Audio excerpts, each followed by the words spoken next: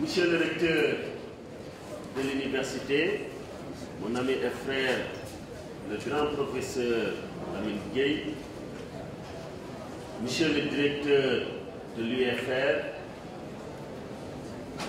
Monsieur le professeur Faye, Messieurs et Madame les membres administratifs, Monsieur le président de l'amicale, Monsieur Alpha Diallo, chers étudiants, chers invités. Pour moi, vraiment aujourd'hui, c'est un très très grand honneur d'être là devant vous, dans cette université de Bambey. Une université dont on a la perception d'or comme étant une université d'excellence, comme étant une université où les étudiants sont sérieux. On a cette perception vraiment de l'extérieur. Quels que soient les problèmes internes, c'est une université aussi dont je pense que le management évolue d'année en année.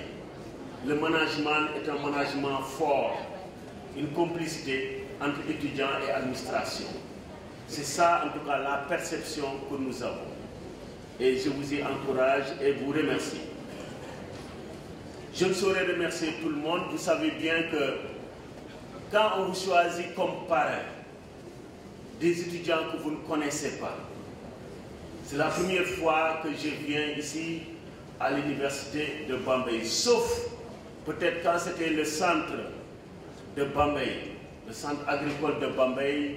Je pense que c'était en 90 et je disais à mes collaborateurs que à l'époque il y avait le match Cameroun-Argentine 2-1 et c'est là où j'avais vraiment regardé le match. Depuis lors, je ne suis jamais venu. Et si je suis là aujourd'hui, c'est grâce à vous, c'est grâce à la considération que vous m'avez donnée. Et cette considération n'a pas de prix. Parce que cette considération, je peux le dire, c'est une des valeurs à partager en matière de consensus. Et je vous remercie vraiment de cette estime à ma modeste personne. Et ça m'encourage aussi à aller véritablement de l'avant. C'est vrai que j'étais en voyage, mais j'ai tout fait pour écouter, pour venir ici, vraiment vous témoigner ma reconnaissance et vous remercier de cet acte vraiment fort.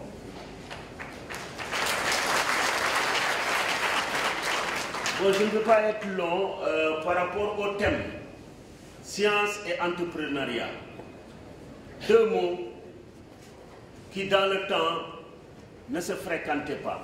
La science à part, l'entrepreneuriat à part.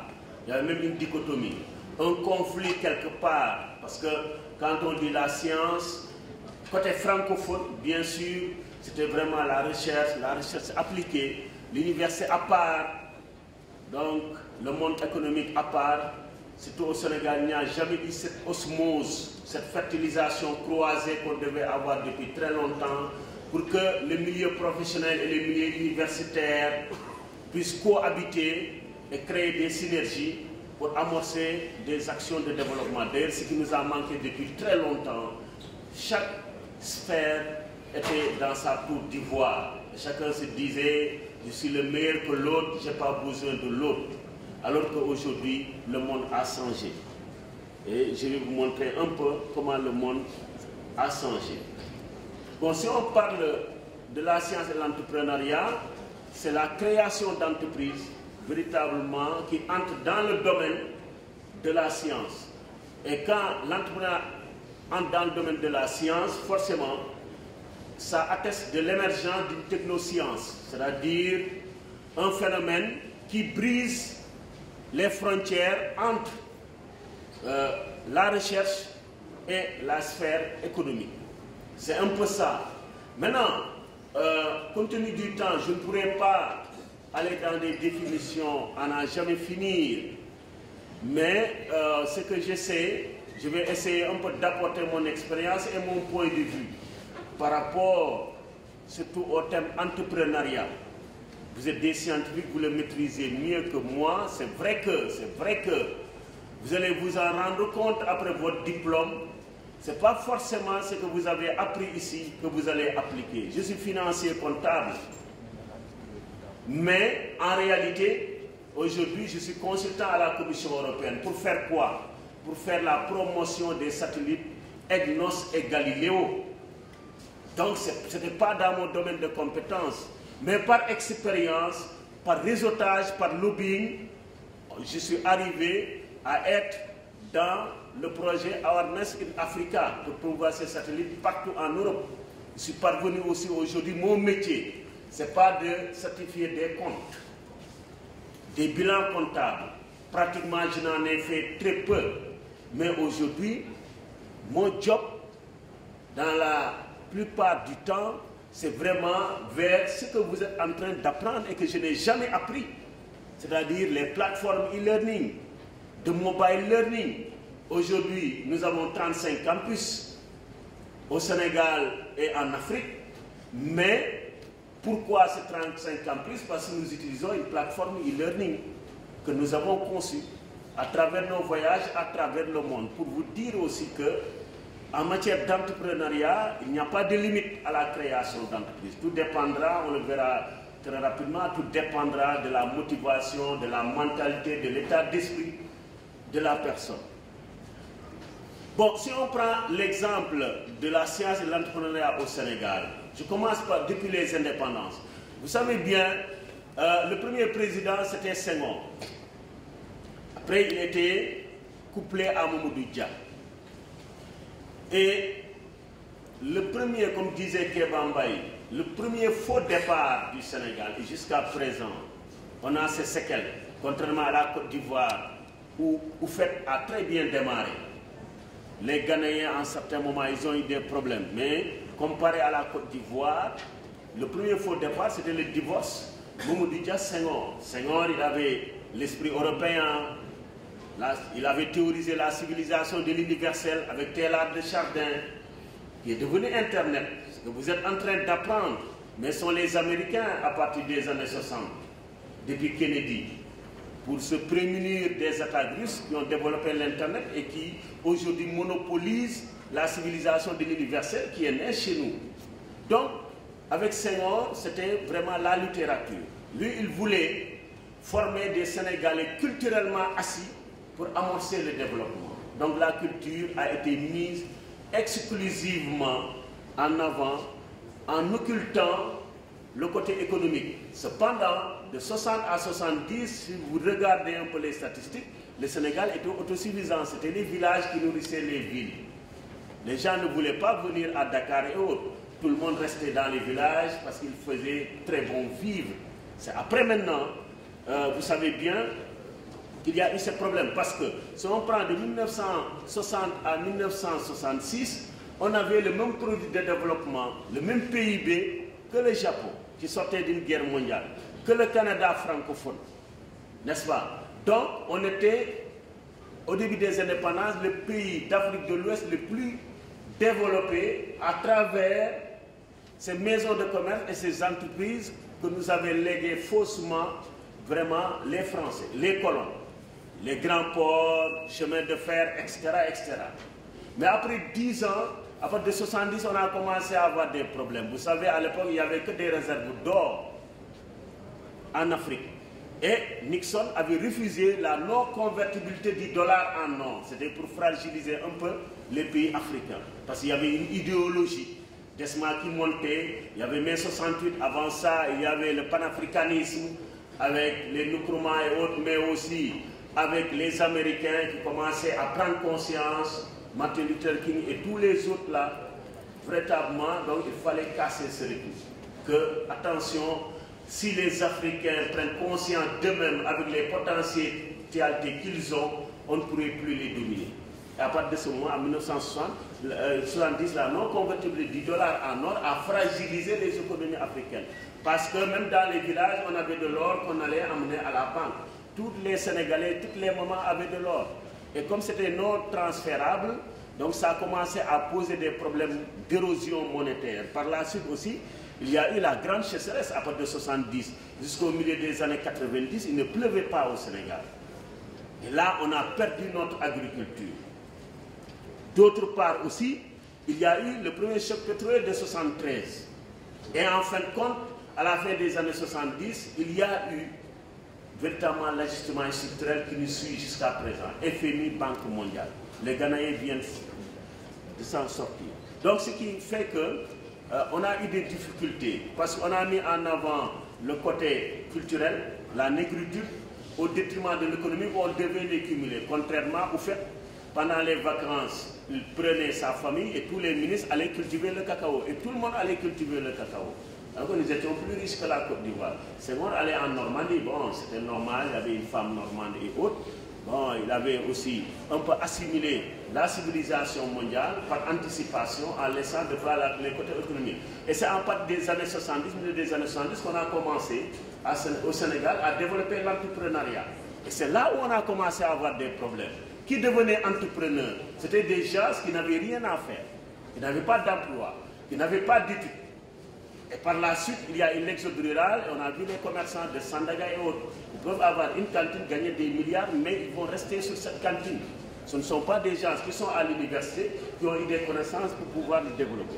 Ça, c'était une historique vraiment que je voulais faire. Et récemment, je suis passé par la Corée du Sud.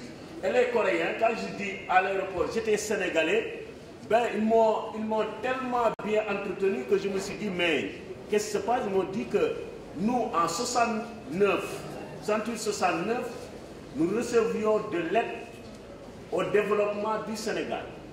Le président Senghor donnait 10 000, parce qu'on y avait autosuffisance en riz, et en 1000 aussi, et donnait de l'argent à la Corée du Sud aujourd'hui, qui est devenu le champion de Samsung. Nous avons tous ici, près de 90%, nous avons des produits de ce pays que nous avions aidé dans le temps. Il était arrivé un moment, ils ont travaillé 24 heures sur 24, une partie de la population travaillait le jour, l'autre travaillait la nuit, pour s'en sortir. Pour vous dire que l'activité entrepreneuriale aussi est extrêmement importante. Maintenant, si on prend l'entrepreneuriat par rapport à la science, jusqu'en 1980, jusqu'à 1992, avec l'arrivée de Bill Clinton, les Japonais étaient la première puissance mondiale. Mais aujourd'hui, qu'est-ce qui a renversé la tendance? C'est l'université, ce sont des étudiants, des universitaires. C'est-à-dire l'entrepreneuriat associé à la science, au TIC. Ça veut dire quoi? Que à partir du milieu des années 70, il y a eu Bill Gates qui était un élève, qui n'était même pas un étudiant. Parce que quand il s'est inscrit à l'université, il voulait faire le droit, parce qu'il maîtrisait la technique, pour défendre vraiment ses œuvres. D'ailleurs, il n'a jamais terminé son diplôme. Donc c'est au lycée qu'il a eu vraiment cet esprit d'entreprise-là pour créer Microsoft. N'est-ce pas? Après qui est devenu pendant 20 ans, un quart de siècle, la plus grande entreprise au monde, dont vraiment nous consommons encore ces produits. Et maintenant, à partir de 92, il y a eu l'arrivée de l'Internet. Quand on a démocratisé l'Internet à partir de 88, après il y a eu le premier site Internet, Yahoo. Jerry Yang et David Filo, c'était des étudiants comme vous dans leur université, dans leur faculté. À travers les projets de recherche, ils ont dit, bon, nous, on va faire un moteur de recherche. Aujourd'hui, ce sont les plus grands milliardaires du monde. Après, Larry Page et Sergey Brin de Google, ils ont dit, nous, on a un projet de recherche aussi en informatique. Qu'est-ce qu'on va faire? On va faire plus que les Yahoo. Aujourd'hui, je pense que ce sont les plus jeunes milliardaires, les plus grands, l'un des plus grands milliardaires au monde, Google. Bon, c'est vrai, après, ces hommes ont été suivis par le système boursier et financier, par l'État. Mais à l'origine, c'était un étudiant, deux étudiants. Avant ça, il y avait DHL aussi, aujourd'hui qui est devenu une mastodonte mondiale, créée par des étudiants, des universités. Ils voulaient échanger les courriers entre les jeunes filles et les garçons.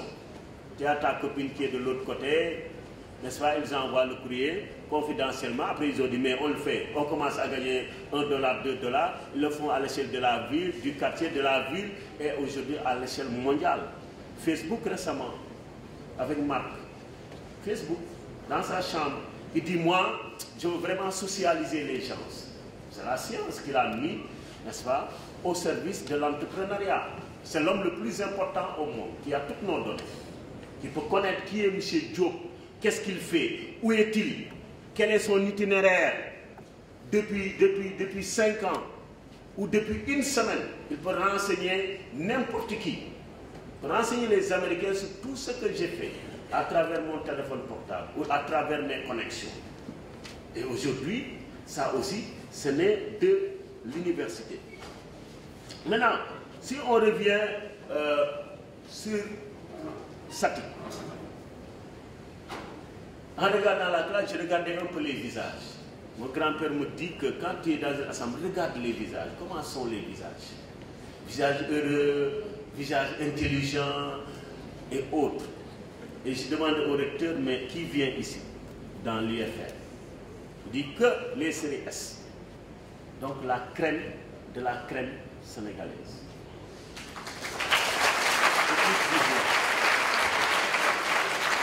Donc ce sont les meilleurs étudiants des lycées, les meilleurs bacheliers qu'on sélectionne pour qu'ils viennent ici. Donc vous êtes les richesses du Sénégal de demain. Et attention, vous avez cette grande responsabilité de dire dans notre contexte actuel, est-ce qu'on va développer le Sénégal ou bien on va faire comme les autres générations? On va dire, dès que vous maquis, l'argent ne circule pas. Parce que vous savez bien, c'est l'entreprise qui crée l'emploi et la richesse. L'État ne crée pas l'entreprise. L'État vit des impôts et taxes qui proviennent des entreprises. Donc c'est l'entreprise qui crée l'emploi et la richesse dans un pays et c'est l'entrepreneur qui crée l'entreprise. Et aujourd'hui, nous avons un troisième concept fondamental qui dit que si l'État, l'entreprise crée l'emploi et la richesse et que c'est l'homme, l'entrepreneur qui crée l'entreprise, attention, de nos jours, comme je vous ai cité tout à l'heure, si je parle de Yahoo, de Microsoft, de Facebook, de Amazon, de DHL, en fin de compte, prenez Bill Gates, l'homme le plus riche du monde de tous les temps. Bill Gates n'a pas d'immeuble, n'a pas d'usine. Il a quoi? Il a son savoir-faire. Tout simplement. Donc de nos jours, on crée de l'emploi. On crée des entreprises à partir de la matière grise. C'est-à-dire à partir de son éducation, à partir de ses connaissances, à partir de ses relations. Et c'est pourquoi les étudiants de l'UFR, d'après moi, ma conception, sont dans des domaines de métiers qui deviennent des emplois autonomes. Attention à ça. Comme je dis à mes élèves journalistes, leur disais que le journal a changé, ce n'est plus d'être là devant, n'est-ce pas, la télé, avoir du buzz et autres, mais c'est un emploi autonome. Avant de sortir de l'école, il faudra véritablement essayer de créer votre propre entreprise. C'est ça que je leur avais dit. Il y en a qui ont compris, il y a d'autres qui n'ont pas du tout compris, parce que pour eux, quand vous venez ici à l'université, c'est d'avoir votre diplôme, licence ou le master et aller travailler. C'était ça votre conception. Mais le contexte a fait que votre conception va complètement changer. Si vous le faites seulement, si vous avez en tête que moi, je vais avoir ma licence, l'université de Bambey est très cotée, effectivement, nous avons une image de marque, ce qui est réel, et certain, mais donc je vais attendre pour travailler. Non, il faudra cumuler le fait de dire, moi j'ai un métier de l'université, j'ai un métier, j'ai un diplôme de l'UFR, j'ai des compétences, je sais travailler, je suis un technicien d'abord, ou un ingénieur, n'est-ce pas? Mais parallèlement, il faut que, pour contribuer au développement, que je mette en valeur, en œuvre des produits ou services. Que je vais cumuler l'emploi salarié à l'activité entrepreneuriale. C'est comme ça, nous qu'on avait développé les projets tutorés au niveau du groupe ISEC. Et il y en a qui ont compris, par exemple, vous prenez les séries comme Pod et Marichou, ce sont mes étudiants, les Eva, les Nene Choi et autres, qui étaient à la base. Il y a même la série polémique là, n'est-ce pas, que je n'aime pas quand je regarde avec ma femme, non, l'idée, etc., etc. Maîtresse d'un homme marié, c'est une de mes étudiantes qui l'a créée. Et je lui avais dit, attention, le titre là, tu auras tout le monde derrière. Il me dit que nous sommes dans un monde de communication, de buzz. C'est ce que je cherche. Et finalement, c'est elle qui l'a lancé. Et bien d'autres séries encore. Et moi, donc, en revenant vers vous, je dis que, comme on peut créer des emplois à partir de la matière grise, normalement, un étudiant de l'IFR de nos jours, vous ne devez pas sortir seulement avec un diplôme. Vous devez sortir avec une entreprise clé en main, avec un ou deux produits ou services vraiment que vous allez vendre. Franchement, je sens ça, je ressens ça, et je sais que vous avez le potentiel. Parce que chacun d'entre vous est un entrepreneur en puissance. Parce que si vous ne le faites pas, si nous ne créons pas des entreprises, nous allons continuer à être dominés. Et demain, il peut y avoir la colonisation. Demain, il peut y avoir un nouvel esclavage.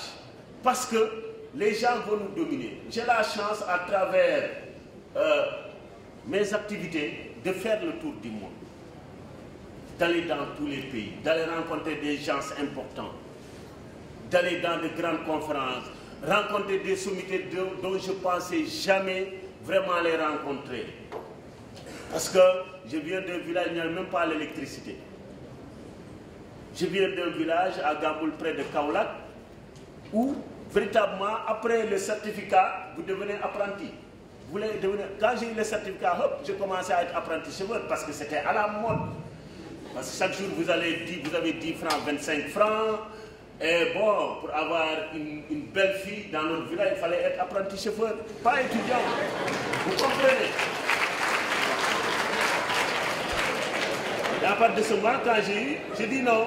Moi, vraiment, j'ai le certificat, j'étais le premier de ma classe, mais c'est fini. Je vais devenir apprenti chauffeur parce qu'il y avait ma plus belle cousine qui était là-bas, on se battait encore. Heureusement, mon oncle qui était commissaire, qui était à Dakar, est venu me prendre par force. Il m'a arrêté à Kaolack avec les policiers pour me faire venir à Dakar, me raisonner. C'est pourquoi je suis là. Sinon, aujourd'hui, je serais vraiment un bon chauffeur, un bon camionneur.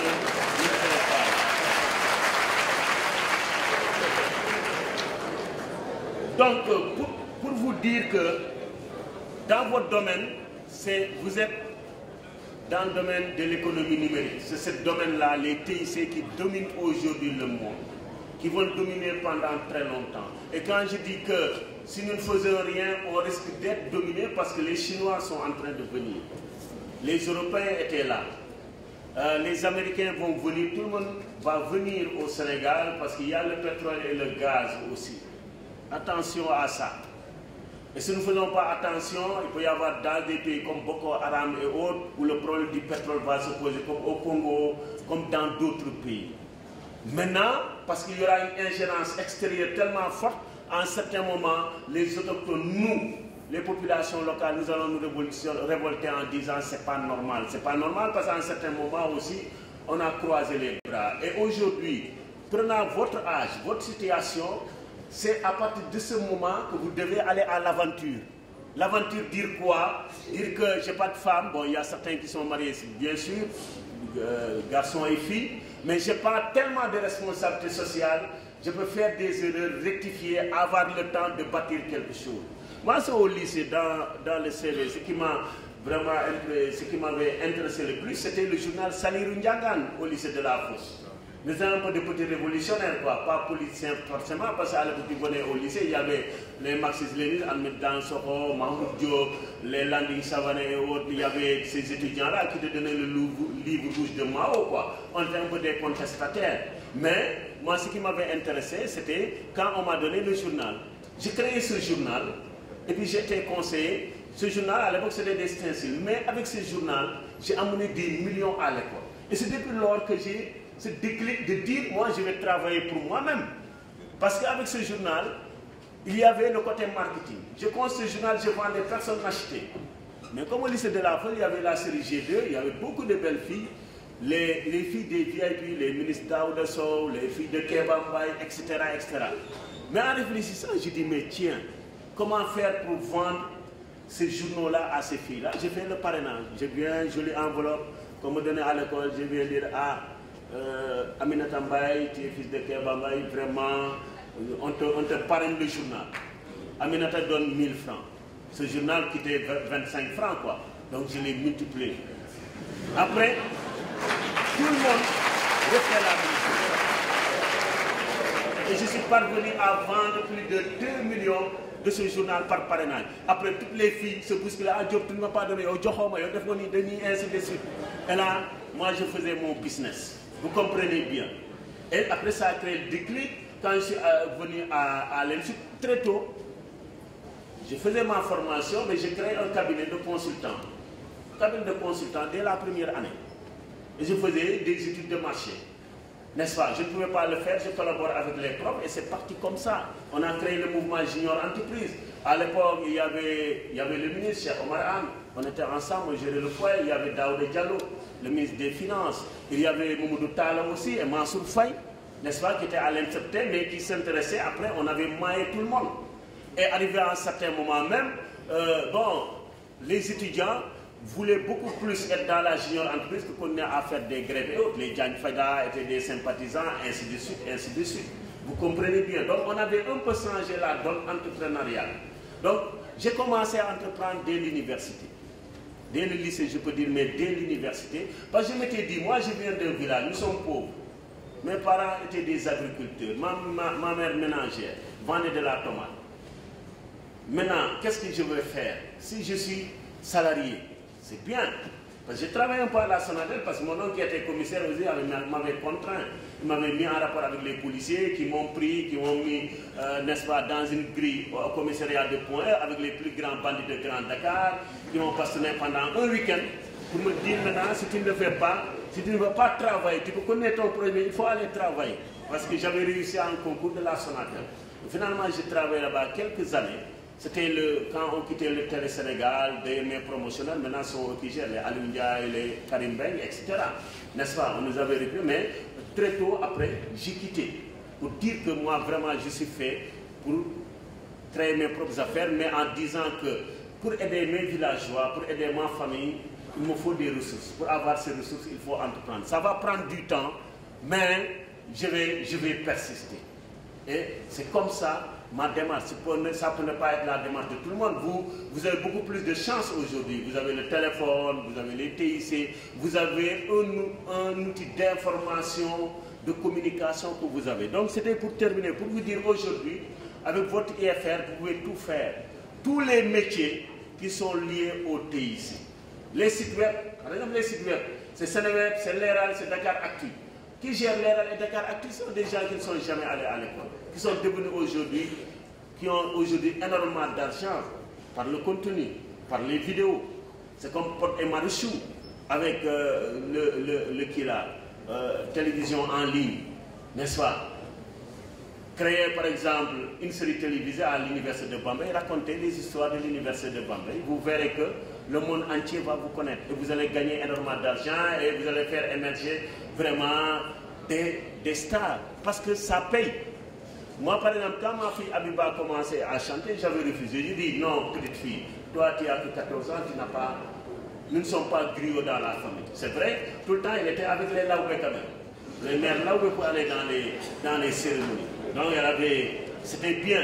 Mais finalement, c'est un ami espagnol qui est venu me dire, toi là, tu es fou ou quoi? Ta fille a du talent, elle peut chanter, tu peux gagner de l'argent, je dis comment? Elle me dit, il faut créer un site YouTube.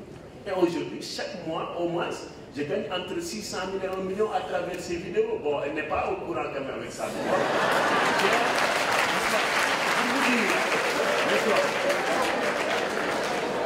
Donc, j'ai encore beaucoup de choses à dire, mais par rapport aux questions de temps, au problème de temps, je vais m'en limiter là. Pour conclure que